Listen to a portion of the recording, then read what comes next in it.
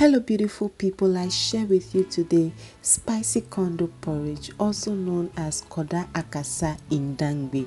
Koda is pepper and akasa is porridge. So basically spiced kondo porridge. Okay, so first thing I do is to infuse some cinnamon in water. For best results, you can do this overnight. Now I have my kondo, yellow kondo. I have a recipe on how I made this. I'll leave that in my description box for you to have a look in case you are interested.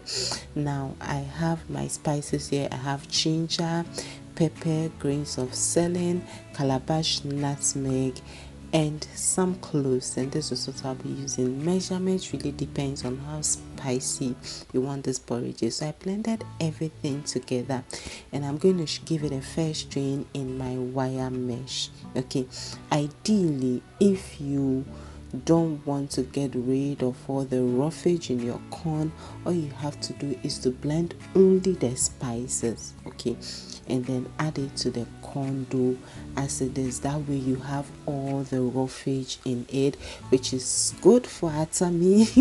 We need the fiber, but my family loves a smoother consistency, so I've got to do it for them. Personally, I like the one with the fiber and everything, so that's an option.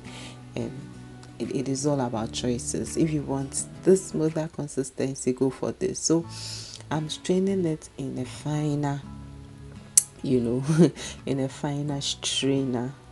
Yes, and then that will be it. My name is Sianoki, by the way, and it's always a pleasure to have you here. Growing up, we used to do this a lot at home. Well, I still do it at home. Yes, so after I got this consistency, my water should be boiling by now, and all the cinnamon has infused nicely into my water just the way I want it. So I'll add in some salt, some salt to taste, and then I will add my mixture to the boiling water while I stir. You want to stir this continuously to avoid it, sort of prevent it from having lumps in there.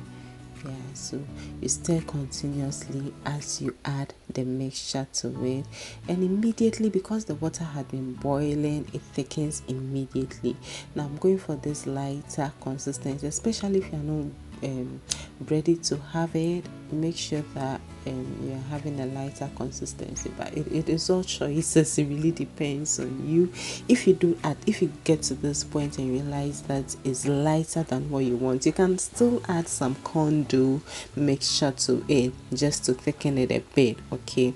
But as soon as it boils over like this, you know that, and it gets to the consistency you want, you know that, yeah, it is done. So I'm pouring this, I'm serving this in my ceramic bowls, and then one thing I always do is to sprinkle some water on it if I am not having it immediately.